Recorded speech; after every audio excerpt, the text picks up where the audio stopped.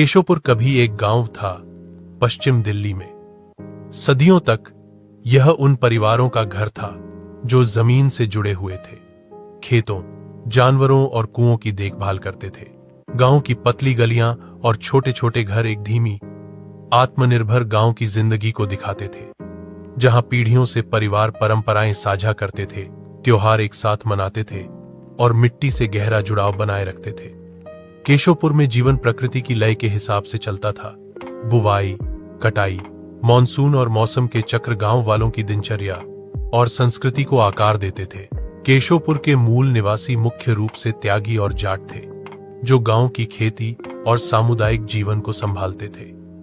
ये समुदाय सिर्फ जमीन के मालिक ही नहीं थे, बल्कि गांव की परंपराओं, स्थानीय रीति रिवाजों और मौखिक इतिहास के संरक्षक भी थे। सामाजिक बंधन बहुत मजबूत थे। परिवार पीढ़ियों से शादी और रिश्तेदारी से जुड़े हुए थे और गांव की सभाएं, त्योहार और रीति रिवाज सामुदायिक जीवन का मुख्य हिस्सा थे। लेकिन शहरीकरण की वजह से ऐसा बदलाव आया जिसे पलटा नहीं जा सकता। 1980 के दशक में जब दिल्ली तेजी से फैल रही थी, तो दिल्ली डेवलपमेंट अथॉरिटी ने प्लान्ड रिहायशी कॉलोनियां बनाने के लिए केशोपुर की जमीनें ले ली।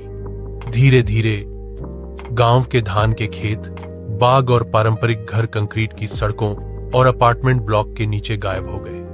विकासपुरी, तिलक विहार, इंदिरा कैंप, शंकर गार्डन और न्यू महावीर नगर जैसी कॉलोनियां उस जमीन पर बन गईं, जिसने पीढ़ियों से गांव वालों का पालन पोषण किया था। इस बदलाव के साथ नए निवासी, आधुनिक इंफ्रास्ट्रक्चर और शहर की जीवन शैली आई, लेकिन साथ ही सदियों पुरानी ग्रामीण विरासत भी फीकी पड़ गई।